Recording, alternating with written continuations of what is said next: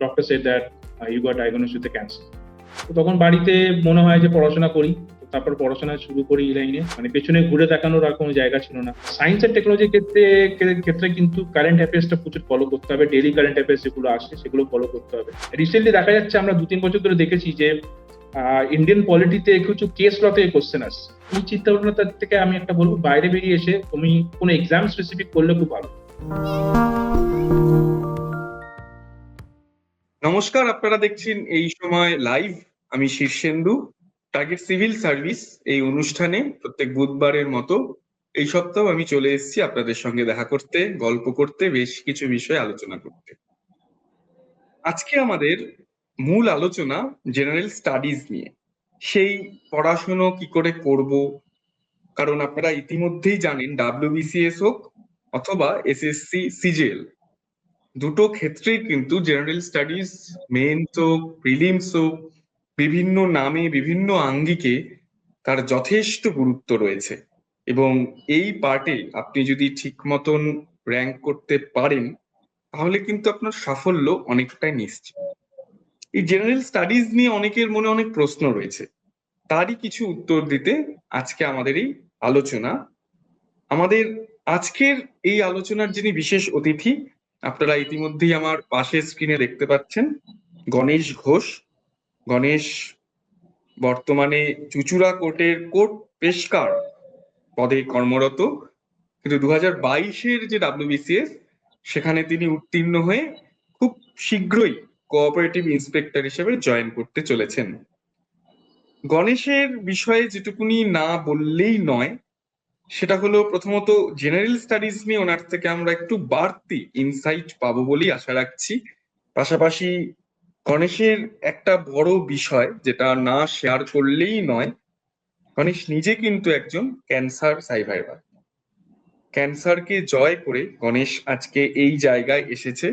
এবং আমাদের যখন এর আগেও কথা হয়েছে, গণেশ পরিষ্কার বলেছে যে আমি এখনো আরো নানা পরীক্ষা দিতে চাই।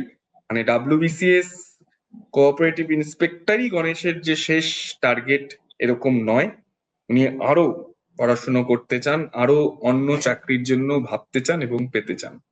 এবং এই সবটা ক্যান্সারের মতন একটা ব্যাধিকে উতরে সেটা গণেশের জন্য কিভাবে সম্ভব সেই আলোচনাও আজকে আমরা করব। প্রথমেই অনেক স্বাগত গণেশ আপনাকে। ধন্যবাদ। বেশ, গণেশ, ফর্মাল আলোচনায় ঢোকার আগে কয়েকটা বিষয় আমি আপনার থেকে একটু জানতে চাই। সম্প্রতি আপনার এই সমাজ মাধ্যমে আমরা একদম গল্প করব গণেশ, হ্যাঁ, মানে একদম খোলামেলা আলোচনার মধ্যেই থাকবো। সম্প্রতি সমাজ মাধ্যমে আপনার একটি পোস্ট আমি দেখেছিলাম যে WBCS এর জন্য কোনো ইনস্টিটিউশনের হেল্প লাগে না। এটা আপনি সত্যি মন থেকে মানেন? হ্যাঁ, একদম, এটা আমি মন থেকে মানি। আমিও কোনো রকম কোনো ইনস্টিটিউশন ছাড়াই আমি বাড়িতে সেলফ স্টাডি করেছি। বেশ, তো একটু যদি সময়টা অনেকটাই লেগেছে, ঠিক আছে। হয়তো হতে পারে যে কোন ইনস্টিটিউশনে পড়লে, কারণ ইনস্টিটিউশনে গাইডে থাকলে হয়তো এটা একটু হয়তো আগে হতে পারতো, সেটা মিথ্যে কথা বলা যায় না। কিন্তু এটাও সত্যি যে ইনস্টিটিউশনসে পড়তেই হবে তাহলেই WBCS অফিসার হওয়া যায়, এরকম কখনোই না। ইনস্টিটিউশনসে না পড়েও কিন্তু WBCS অফিসার হওয়া যায়। এবং আমি যেটুকুনি জানি, আমার চেনা পরিচিতি শুধু আমি নই, আরো অনেকে রয়েছে যারা কিন্তু ইনস্টিটিউশন ছাড়াই বাড়িতে সেলফ স্টাডি করে, চাকরি করেই কিন্তু একদম WBCS টা পেয়েছে। বেশ, এর পরের টার্গেট কি, কি করতে চাইছেন? এর পরের টার্গেট, ইচ্ছা তো আছে ইউপিএসসি দেবো ভালো করে পড়াশোনা করে। তো একবার দিয়েছিলাম সেটা 15-20 নম্বরের জন্য প্রিলি পাস করতে পারিনি, সেটা 2 বছর আগে দিয়েছিলাম। কিন্তু এবারে ভাবছি যে ইউপিএসসি টা ভালো করে দেবো, ইউপিএসসির জন্য পড়াশোনা করবো, কারণ এটাও একটা টাইম অধরা ছিল, তো এটাও ধরতে পেরেছি যখন, তো ওটাও নিশ্চয়ই এক না একদিন ধরতে পারবো। বেশ, মনীষ, আপনার যে বছর ক্যান্সার ধরা পড়লো 2013 সাল, 2013 সালে। সেই সময় কি আপনি অলরেডি মানে এই ধরনের পরীক্ষার দিকে ঝুঁকে গিয়েছেন, না তখন আপনি না, সেই সেই 12 সময় পাশের পর? হ্যাঁ, একটু যদি গল্পটা বলেন, একটু জানতে চাই আপনার ব্যাপারটা থেকে। হচ্ছে, তখন আমি প্রাইভেটে চাকরি করতাম। তো আমার বাড়িতে ফাইন্যান্সিয়াল ক্রাইসিস। আপনারা যদি ভালো করে আমার ফেসবুক প্রোফাইল দেখেন বা আমার অতীতের ছবি যদি দেখেন, তো সেখানে লক্ষ্য করতে পারবেন যে আমার বাড়ির পরিস্থিতি খুবই খারাপ ছিল, মানে খুবই জীর্ণ অবস্থা থেকে আমরা উঠে এসেছি। বাবার একটা ছোট শপ ছিল, গ্রসারি শপ, সেটা ভাঙাচোরা। তো সেখান থেকে আমাকে কাজ করতেই হতো। তো আমি প্রাইভেটে চাকরি করতাম, বিপিও তে চাকরি করতাম, নাইট শিফট ছিল, তো না দীর্ঘদিন নাইট শিফট করার ফলে শরীরে শারীরিক সমস্যা আসে, কিন্তু হুম কাজের প্রেসারে দেখাতে পারিনি। কিন্তু পরবর্তী ক্ষেত্রে যখন সেটা দেখানো হয় এবং সেটা যখন অপারেশন করা হয়, বায়োপসি করা হয়, তো then doctor said that you got diagnosed with cancer. তো সেই জায়গা দাঁড়িয়ে তখন এই লাইনে আসার কোন রকম কোনো প্ল্যান ছিল না, কখনো কিছু জানতাম না। কিন্তু যখন আমি মোটামুটি ঠিক হয়, মানে ওরা ওরা কখনো বলে না যে কিওর, ওরা বলে নো এভিডেন্স অফ ডিজিজ, এনওডি লেগে, এনি, ঠিক আছে। তো সেটা যখন লিখে ওরা যখন বলে যে ঠিক আছে, তো আপনি অফিস জয়েন করতে পারেন, তো আমি অফিসে যাই। তো এবার যেহেতু আমি 3-4 বছর চাকরি করেছি, তো সেইখানে ডেফিনেটলি আমি আবার প্রথম থেকে শুরু করাটা আমার পক্ষে সম্ভব ছিল না। আমি যেহেতু ওটা প্রাইভেট সেক্টর, তো আমি বলি যে যেখান থেকে আমি শেষ করেছি সেখান থেকে আমি শুরু করতে চাই। তো তারা সেই অপরচুনিটিটা আমাকে দেয় না। তারা বলে না, you have to start from the beginning itself. তো আমি বললাম না, এটা আমার পক্ষে সম্ভব না, কারণ আমি 4-5 বছর অলরেডি চাকরি করেছি, ঠিক আছে, আমি অনেক এক্সপিরিয়েন্স। তো সেটা আমার পক্ষে খুবই খারাপ লাগে যে কোম্পানির জন্য 4-5 বছর করেছি। আমি উইপ্রো থেকে কিছুদিন চাকরি করেছি 1-1.5 বছর মতো বিপিওতে। লাস্ট টাইম উইজারে চাকরি করতাম। তো ওখানে ডিফারেন্ট ভয়েস প্রসেস হয়, Australian process, UK process, US process. তো আমি অস্ট্রেলিয়ান প্রসেসের জন্য ডায়াল করতাম। তো তখন খারাপ লাগে, তখন মনে হয় না, I have to do something different. তো তখন মনে হয় যে এবার কিছু করতে হবে। তো তখন বাড়িতে মনে হয় যে পড়াশোনা করি। তো তারপর পড়াশোনা শুরু করি এই লাইনে, ঠিক আছে। ওটা মোটামুটি 2016 সালে মিডিল মিডিল থেকে। তারপর থেকে প্রথমে তো অত ভালো করে পড়াশোনা করিনি, মানে ইনিশিয়াল লেভেলে মনে হতো, একটা ফ্রাস্ট্রেশন ছিল যে কি করব, কারণ আবার মানে পেছনে ঘুরে তাকানোর আর কোনো জায়গা ছিল না। কারণ যেটা আমার হাতে ছিল সেটা ছেড়ে দিয়েছি। বাড়িতে দোকান যেটা ছিল সেই দোকানে বসার মতো জায়গা ছিল না, মানে একটা শিক্ষিত মানুষ গিয়ে হয়তো ওখানে বসে উঠতে পারবে না, কারণ ওটা অতটা ডেভেলপ ছিল না। তো তখন আমার কাছে একটাই পদ্ধতি ছিল যে পড়াশোনা করে চাকরি করতে পেতে হবে। তো তার হুম জন্য তখন শুরু হয় লড়াই। বিভিন্ন রকম শারীরিক সমস্যা তো তাহলে থাকেই, কারণ আমাকে ইয়ারলি 6 মাস বাদে বাদে চেক আপে যেত, তো শারীরিক সমস্যা ছিল। কিন্তু ঠিক আছে, আই ওয়াজ ব্লেসড, বড় মা সঙ্গে ছিল, মানুষের ভালোবাসার সঙ্গে ছিল, তো তার জন্য সেগুলো ওভারকাম করেছি। শরীরের উপর অনেক অত্যাচার করেছি পড়াশোনার দিক থেকে, মানে প্রচুর না ঘুমিয়েছি, কম ঘুমিয়ে পড়াশোনা করেছি। তো একটা সময় মনে হয়েছিল যে না ঠিক আছে, আমি তো ভালো জিনিসই করছি, তো কোনো আশা করছি কোনো কিছু হবে না। কোনো কিছু হয়নি, একটার পর একটা সাকসেস পেয়েছি। তো ফাইনালি এটা পেয়েছি, এটা অনেক, এটা ফিফথ অ্যাটেম্প ছিল আমার। তো হুম ফিফথ অ্যাটেম্পটে হুম গিয়ে সাকসেস পেলাম। বেশ, অনেক শুভেচ্ছা গণেশ আপনাকে। এবং এখানেই আমি বলে রাখি, আপনার আগামী দিন যেন আপনার একটু মানে এতটা পরিশ্রম বা এতটা রাফ না যায়, একটু মসৃণ হোক আপনার আগামীর পথ, এই শুভকামনা রইল।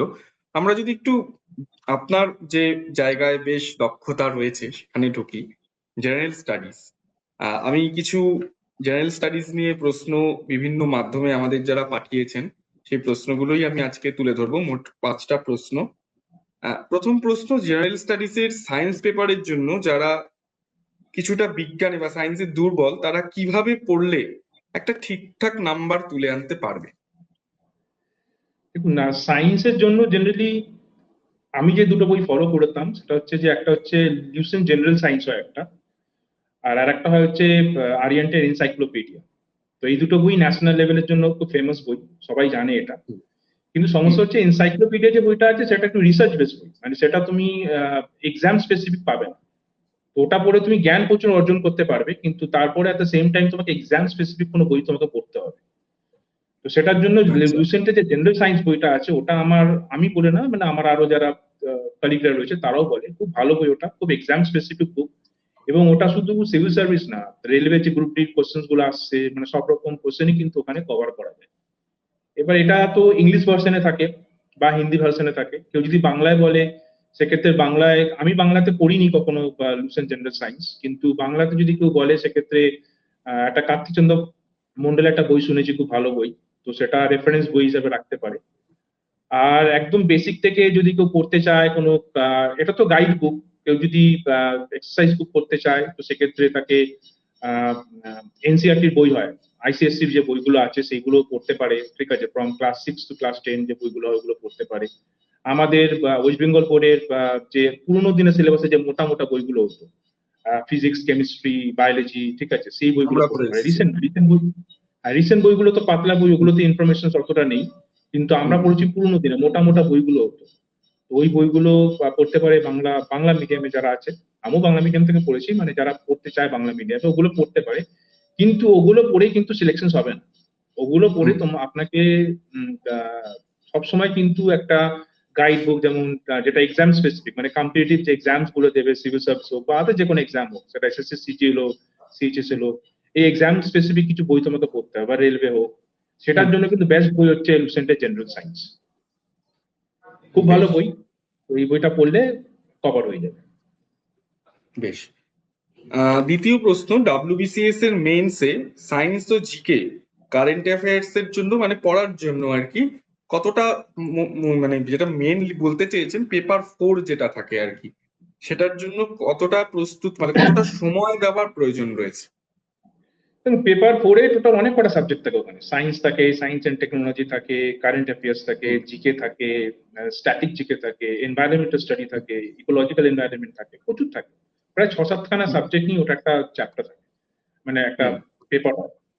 তো এবং ওই পেপারটা খুব আনপ্রেডিক্টেবল, কোথা থেকে কোশ্চেন আসবে কেউ জানে না, কেউ বলতে পারে না। অনেক সময় এমন হয়েছে যে খুব ইজি কোশ্চেন করেছে, যারা নন সায়েন্স ব্যাকগ্রাউন্ড তারাও ভালো নাম্বার পেয়েছে। আবার অনেক সময় এমন হয়েছে, এমন পেপার করেছে যারা সায়েন্সের বা ব্যাকগ্রাউন্ড তারাই ভালো পেপার করেছে, মানে ভালো স্কোর করতে পারবে এমন পেপার হয়েছে। কিন্তু তাই বলে দিই না যে পড়া যায় পড়তে হবে না, বা না পড়ে চলে যাবে, এটা তো হয় না কখনো, তো পড়তে তো হবে। তো সেক্ষেত্রে সায়েন্স তো বলে দিলাম, কিন্তু এনভায়রনমেন্টাল সায়েন্সের জন্য একটা শঙ্কর আইএস এর বই হয়, ওটা পড়তে পারো। কিন্তু ওটা বলো বা আমাদের সায়েন্স এন্ড টেকনোলজির জন্য একটা ম্যাকডওয়েলস এর বই হয়, সেটাও পড়তে পারো। কিন্তু সমস্যা হচ্ছে এটা যে এই যে কটা বই আছে, সায়েন্স এন্ড টেকনোলজি এবং এনভায়রনমেন্টাল সায়েন্স, এগুলো কিন্তু খুব এক্সেস লেভেল ইনফরমেশন দেওয়া থাকে ওখানে। তো মেইনলি যেটা হয়, এই দুটো সাবজেক্টের ক্ষেত্রেই কিন্তু তোমাকে কারেন্ট অ্যাফেয়ার্স কে ফলো করতে হবে, বিশেষ করে সায়েন্স এন্ড টেকনোলজি। এনভায়রনমেন্টাল স্টাডিতে তবুও স্ট্যাটিক কোশ্চেন কিছুটা থাকে, কিছুটা দেয়, কিন্তু সায়েন্স এন্ড টেকনোলজির ক্ষেত্রে কিন্তু কারেন্ট অ্যাফেয়ার্সটা প্রচুর ফলো করতে হবে, ডেইলি কারেন্ট অ্যাফেয়ার্স যেগুলো আসে সেগুলো ফলো করতে হবে। সেগুলো করলে মোটামুটি এই দুটো সেকশন অ্যাটলিস্ট কভার হয়ে যাবে। আর সায়েন্সটা তো বললামই, যেটা করতে হবে সেটা তো বললামই। স্ট্যাটিকটাও সেম জিনিস, স্ট্যাটিক জিকের ক্ষেত্রেও যে কোনো অনেক রকম মার্কেটে স্ট্যাটিক জিকের বই হয়, ঠিক আছে। লুসেন্টের একটা ইয়েলো কালারের স্ট্যাটিক জিকের বই হয়, ওটা পড়তে পারো, ওটাও খুব ভালো বই। বাংলা ভার্সনে দেবদত্তের খুব স্ট্যাটিক জিকে খুব ভালো বই। বা ক্র্যাক ডাব্লিউবিসিএস এরও জিএস পেপারস এর স্ট্যাটিক বলে একটা আলাদা পোর্শন থাকে, ওটাও পড়তে পারো। তো কিন্তু আমি বলবো যে বাংলা ভার্সন পড়লে যদি শুধু স্ট্যাটিকই পড়তে চাও, তাহলে কিন্তু দেবদত্ত এর বুকটা খারাপ না, খুবই ভালো বই। আর ইংলিশে পড়লে তো লুসেন্ট ভালো বই, লুসেন্টের যে ইয়েলো কালারের লুসেন্ট আছে, যেখানে স্ট্যাটিক কোশ্চেন্সটা থাকে, মানে যেখানে সব সাবজেক্ট মিলে যে বইটা আছে, সেটা পড়তে পারো, সেটাও খুব ভালো বই। বেশ। ইকোনমি ও পলিটি অনেকের কাছেই নতুন, মূলত যারা নতুন করে ডাব্লিউবিসিএস এর জন্য পড়াশোনা শুরু করে, এগুলো কিভাবে পড়াটা শুরু করলে আমার কোনো একটা জায়গায় অন্তত একটা ভালো লাগা তৈরি হবে, যে এই সাবজেক্ট গুলো পড়তে একটু ইন্টারেস্ট পাবে? এটা একটুখানি মানে ট্রিকি কোশ্চেন, কিন্তু এটা একটা মানে মেজর সমস্যা, এই সাবজেক্ট গুলোর উপর কারোর ভালোবাসাই তৈরি হয় না, কারোর বলতে প্রথমত অনেকের। কথা প্রথমত কথা বলি, এই দুটো সাবজেক্টই যত জিএস পেপার আছে সবচেয়ে ইন্টারেস্টিং সাবজেক্ট এই দুটোই। আর আমার তো লাগে, এবং অনেকেরই শুনেছি লাগে। আর দ্বিতীয়ত হচ্ছে যে উম, আহ, যে এই যে পেপার দুটো আছে, জিএস পেপারসে ইকোনমিক্স অ্যান্ড কনস্টিটিউশন, যে দুটো পেপার আছে, সেক্ষেত্রে অনেকে শুনেছি বাংলা ভার্সনে পড়ে। তো আমি সবসময় বলবো যে বাংলা ভার্সন কখনই যাতে পড়া না হয়, ইংলিশ ভার্সনে পড়ার কথা। কারণ ইংলিশ ভার্সনে যে ইনফরমেশন টুকু পাওয়া যায়, সেটা বাংলা ভার্সনে কোনো বই তুমি পাবে না। বিশেষ করে পলিটি, ইন্ডিয়ান পলিটি অবশ্যই কখনো বাংলা ভার্সনে পড়বে না। অনেকে পড়ে, কিন্তু সমস্যা হয়েছে যে কপি পেস্ট করা ইংলিশ থেকে বাংলা, তো তো একটু সমস্যা হয়। তো সেক্ষেত্রে আমি বলবো যে দুটো ব্রহ্মাস্ত্র সবাই জানে, যারা এই লাইনে রয়েছে তারা সবাই জানে। একটা হচ্ছে ইন্ডিয়ান পলিটির জন্য ওয়ান এন্ড অনলি লক্ষ্মীকান্ত, কেউ ওনার সাবস্টিটিউট কোনো বই হয় না। আর ইকোনমিক্স এর জন্য অবশ্যই কিন্তু নিতিন সিংহানি, খুব এক্সাম স্পেসিফিক বুক, এবং খুবই ভালো বই। মানে মানে এক্সাম রিলেটেড যেসব কোশ্চেন্স গুলো আছে সেগুলি ওখানে কভার করা আছে। কিন্তু কেউ যদি মনে করে যে না আমি বাংলা পড়তে পারছি, ইংলিশে পড়তে পারছি না, ইকোনমিক্সটা বিশেষ করে, সেক্ষেত্রে আমি বলবো ইকোনমিক্স এর জন্য তোজাম্মুল হোসেনের একটা বই হয়, ওই বইটা পড়তে পারে। ভালো, খারাপ বই না, ভালো বই। ওই বইটা পড়েও কভার করেছে, অনেকে পড়ে ভালো নাম্বার পেয়েছে। কিন্তু আমি জেনারেলি ওটা পড়িনি। মানে হ্যান্ডবুক হিসাবে ওটা পড়া যেতে পারে, কিন্তু অবশ্যই কিন্তু নিতিন সিংহানি বইটা খুবই ভালো, খুবই ভালো। মানে ওটার কোনো সাবস্টিটিউট হতেই পারে না। প্লাস অবশ্যই পলিটি। কিন্তু রিসেন্টলি দেখা যাচ্ছে, আমরা 2-3 বছর ধরে দেখেছি যে ইন্ডিয়ান পলিটিতে কিছু কেস ল থেকে কোশ্চেন আসছে। আগে তো মেন্সে আসতো, এখন ইপিলিতেও আসছে একটা দুটো করে। তো সেক্ষেত্রে কিন্তু এই পলিটিতেই লক্ষ্মীকান্তে একটা সমস্যা হচ্ছে, যেখানে কেস ল গুলো সমস্যাটা কভার করা নেই। সেটা আবার ডিডি আচ্ছা। বছরে খুব ভালো করে কভার করা আছে। তো কেউ যদি মনে করে যে একদম সম্পূর্ণ কমপ্লিট প্রিপারেশন নিয়ে যাবে পরীক্ষা দিতে, মানে কোনো রকম কোনো এক ফোঁটাও কোনো ছিদ্র থাকবে না তার প্রিপারেশনে, হুম। সেক্ষেত্রে আমি বলবো যে সে এম লক্ষ্মীকান্তের সঙ্গে কিন্তু অবশ্যই কিন্তু ডিডি বসু বইটা পড়ে নিতে। আর ইকোনমিক্স এর জন্য নিতিন সিংহানিয়া, সঙ্গে একটা হ্যান্ডবুক হিসাবে একটা প্রতিযোগিতা দর্পণের একটা ইকোনমিক্স সিরিজ বেরোয় কারেন্ট অ্যাফেয়ার্স এর, খুব ভালো বই হুম। ওটা। কিন্তু ট্র্যাডিশনাল ইকোনমিক্সও কভার করা থাকে, প্লাস কারেন্ট অ্যাফেয়ার্সও কভার করা থাকে। মানে আমরা জানি যে ইকোনমিক্স এর জিডিপি, লেটেস্ট পপুলেশন, ঠিক আছে, সেন্সাস, ঠিক আছে, তারপরে শুধুমাত্র এইসব ক্ষেত্রে না, মানে এগ্রিকালচার, মিনারেলস, এগুলোর ক্ষেত্রে খুব রিসেন্ট খুব টপিক থেকে কোশ্চেন দেয়, এবং সেটা কিন্তু এই নিতিন সিংহানিয়ার তা ইচ ইয়ারে তুমি কভার করতে পারবে না। তো সেটার জন্য তোমার প্রতিযোগিতা দর্পণের যে বইটা হয়, ইকোনমিক্স এর যে সিরিজটা ওরা বার করে, খুবই ভালো বই, ওটা হ্যান্ডবুক হিসাবে রাখতে পারো, সঙ্গে নিতিন সিংহানিয়া বইটা পড়তে পারো। এই দুটো জিনিস যদি করা যায়, তাহলে ইকোনমিক্স এন্ড কনস্টিটিউশনে কোনো সমস্যা নেই। এখান থেকেই যে প্রশ্নটা আমার মাথায় আসছে, আমি পড়াশোনার পাশাপাশি নোটস নেওয়ার ক্ষেত্রে মানে নোটসটা নেব কিভাবে? আপনি সোর্স গুলো বলে দিলেন যে কি কি সোর্স আমি ফলো করব। নোটস নিতে বা এবার আপনি কিভাবে নোটস নিতেন একটু যদি বলেন। এবার জেনারেলি কি হয় এগুলো, এবার আমি কোনো একটা চ্যাপ্টার পড়ছি, তো চ্যাপ্টার হুম। পড়লে কি হয়, এখানে অনলাইনে সোর্স খুব নিতে হয়, মানে ইউটিউবে ডিফারেন্ট ডিফারেন্ট চ্যানেল আছে, যেখানে খুব ফ্রিতে রিসোর্সেস প্রচুর আছে, কোনো হুম। পেড কোর্স না, ফ্রিতে প্রচুর রিসোর্সেস আছে। যদি হুম। কটা বলতে পারেন, তাহলে যেমন সিদ্ধার্থ স্যার পলিটিতে খুব ভালো পড়ান, ঠিক আছে, পিডব্লিউ একজন স্যার টিচার আছে, উনিও খুব ভালো পড়ান। কিন্তু আমি সিদ্ধার্থ স্যারকে খুব ফলো করতাম, উনি সুপ্রিম কোর্টে লয়ারও রয়েছেন, তো উনি খুব ভালো পড়াতেন পলিটি। তো ওরম করে উনি এরম কোনো কোনো ইউটিউবে কোনো সোর্স বা কোনো নেটের কোনো সোর্স নিলে ওরা পয়েন্ট পয়েন্ট করে দেয়, মানে পিপিটি ফর্ম যেটা থাকে। তো তখন কি, ওই পিপিটি গুলো কিন্তু লক্ষ্মীকান্ত থেকেই বানানো, এবং ওরা সেটা বলে যে আপনি লক্ষ্মীকান্ত বইটা সামনে রাখুন খুলে, আপনি ওখান থেকে কিন্তু পিপিটিটা বানান। তো সুতরাং ওই পিপিটি ফর্মটা এবং লক্ষ্মীকান্ত যখন সামনাসামনি খুলে পড়াশোনা করা হয়, তো তখন এই পিপিটি থেকে নোটস গুলো হুম। নোট করে করে করে করে দেখতে হয় যে কোনটা ইম্পর্টেন্ট পড়তে হবে এবং কোনটা ছেড়ে দিতে হবে, কারণ সবার আগে জানতে হবে কোনটা ছাড়তে হবে, কারণ পুরো বই তো পড়া সম্ভব না। তো সুতরাং তার একদম। জন্য তোমাকে তার জন্য মানে ইন্টারনেটের সাহায্য নিতেই হবে, কারণ ইউটিউব সাহায্য না নিলে সম্ভব না। কারণ হুম। সেলফ স্টাডি যদি কেউ করে, তো সেক্ষেত্রে সে তো কোনো টিচারের কাছে পড়ছে না, তো তাকে কোনো না কোনো টিচার তো দেখতে হবে, সে তো হঠাৎ করে জেনে যাবে না কি আসছে। তো সেক্ষেত্রে ইউটিউবে যারা ন্যাশনাল লেভেলে যারা প্রফেশনাল, খুব ভালো পড়ায় প্রফেশনালি, যাদের কাছ থেকে অনেক সাকসেস রেট আছে, তো তারা খুব ভালো পড়ায়, তাদের কাছ থেকে দেখে দেখে নোটস গুলো নিয়ে নিয়ে, পিপিটি ফর্ম গুলো নিয়ে নিয়ে, সেটা লক্ষ্মীকান্তের সঙ্গে ট্যালি করে পড়তে হবে। বা সেম গোস ফর ইকোনমিক্স আসবে, নিতিন সিংহানিয়ার সঙ্গে ট্যালি করে করে করে করে পড়তে হবে। ইকোনমিক্স এর জন্য মুনাল পাটেল খুব ভালো পড়ান, one of the best teacher.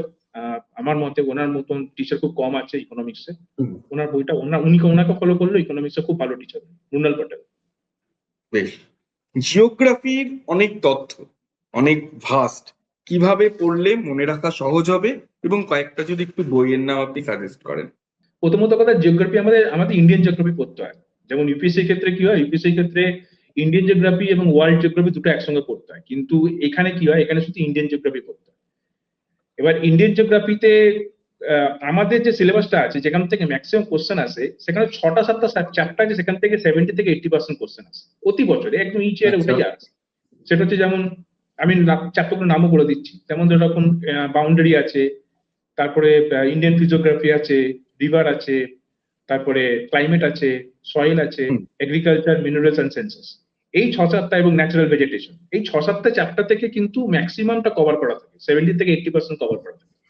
বাকি 20% ওয়েস্ট বেঙ্গল জিওগ্রাফি থাকে, এবং ওয়েস্ট বেঙ্গল জিওগ্রাফির ক্ষেত্রেও কিন্তু সেম জিনিস, ওয়েস্ট বেঙ্গল জিওগ্রাফির ক্ষেত্রে ওই 3-4টে চ্যাপ্টার থেকে ম্যাক্সিমাম কোশ্চেন আছে, যেমন Indian physiography, West Bengal physiography, বা ওয়েস্ট বেঙ্গল রিভার, ওয়েস্ট বেঙ্গলের বাউন্ডারি, বা ট্র্যাডিশনাল যে জিওগ্রাফিক্যাল কোশ্চেন গুলো আছে এগুলোতেই কিন্তু ম্যাক্সিমাম কোশ্চেন গুলো আছে। এবার বইয়ের জন্য যদি বলো কোন বই পড়বো, তাহলে বানোয়ালের বইটা খুব ভালো বই, রিসেন্টলি 3-4 বছর ধরে খুব ফেমাস হয়েছে বইটা।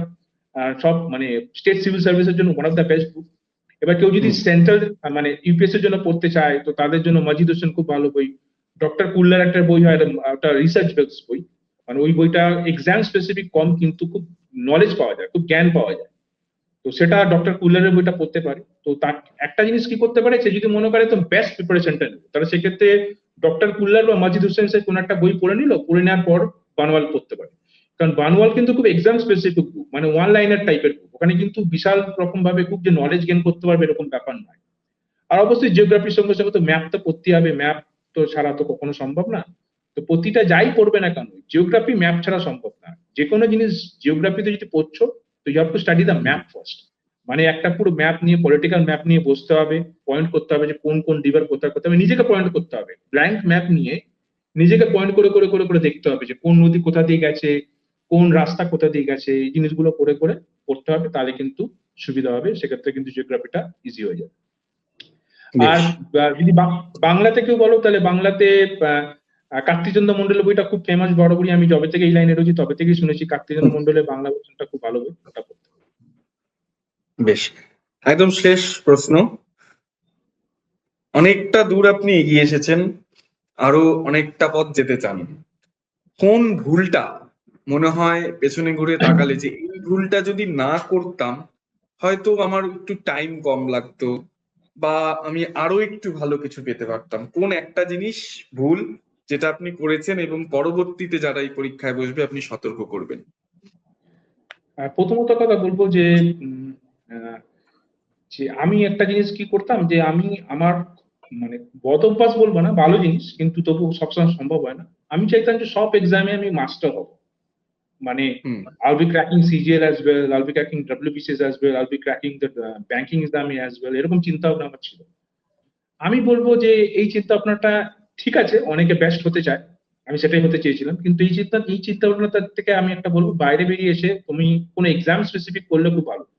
ইনিশিয়াল প্রিপারেশন তো সব এক্সামের এখানে সবই হয়, কারণ সব ক্ষেত্রে এখানে রিজনিং থাকে, জিকে থাকে, ম্যাথ থাকে, জিএস থাকে, ইংলিশ থাকে, কিন্তু সেক্ষেত্রে ইনিশিয়াল 5-6 মাস প্রিপারেশন তো সময় নয়, কিন্তু তারপরে তোমাকে ডিসাইড করতে হবে যে কোন জায়গাটাতে তোমার বেস্ট। তুমি যদি মনে করো যে টেকনিক্যালি তুমি খুব স্ট্রং, ইংলিশ ম্যাথ এগুলো খুব ভালো পারো, তাহলে আমি বলবো গো for the central examination like central SSC, CGL, CHSL, banking এগুলো। তুমি যদি মনে করো না তোমার টেকনিক্যালটি খুব উইক, মানে তুমি পড়তে খুব ভালো পারো হুম। কিন্তু টেকনিক্যাল দিকটা একটু খুব নলেজ কম আছে, বা তুমি অত তাড়াহুড়ো করতে পারো না, সেক্ষেত্রে কিন্তু পড়তে প্রচুর পারো, সেক্ষেত্রে আমি বলবো গো for the civil service, either state or central UPSC. কারণ সেন্ট্রাল হোক বা স্টেট হোক, যে কোনো সিভিল সার্ভিসে ম্যাথমেটিক্সটা অতটা থাকে না। আমাদের স্টেটের ম্যাথমেটিক্স অনেক আছে, কিন্তু আদার স্টেটের সিভিল সার্ভিস যদি দেখবেন, তাহলে সেক্ষেত্রে কিন্তু এতটা ম্যাথমেটিক্স থাকে না, ওখানে প্রচুর জিএস পেপার করতে হয়। তো এই জিনিসগুলো আমি বলবো যে একটা এক্সাম স্পেসিফিক একটা প্রিপারেশন নেওয়াই ভালো, ঠিক আছে? সেক্ষেত্রে কি হয়, হ্যাঁ তাই বলে প্ল্যান বি তো থাকা উচিত, কিন্তু এট দ্য সেম টাইম আমি বলবো যে এক্সাম স্পেসিফিক হলে তাহলে সেই এক্সামটা ক্র্যাক করার পর then go for the other exam result. বেশ, বেশ, অনেক ধন্যবাদ গণেশ আপনাকে। আপনি খুব সুন্দরভাবে মানে জিএস এর পার্ট এবং আপনার যে সমস্ত দিকগুলি ভালো তুলে ধরলেন। আমার মনে হয় যারা এই ধরনের পরীক্ষার জন্য নিয়মিত বিভিন্ন ভাবে পড়াশুনো করে আরো এগিয়ে যেতে চাইছেন তাদের এই ভিডিও খুবই হেল্প করবে। অনেক ধন্যবাদ আপনাকে। আপনারা দেখতে থাকুন এই সময় অনলাইনের এই বিশেষ নিবেদন টার্গেট সিভিল সার্ভিস। আরো একটি পর্ব নিয়ে আগামী সপ্তাহে আবার দেখা হচ্ছে। জানাতে ভুলবেন না ইউটিউবের কমেন্ট সেকশনে কি ধরনের বিষয়ে আরো বেশি করে আপনারা আলোচনা চাইছেন। নমস্কার, টাটা।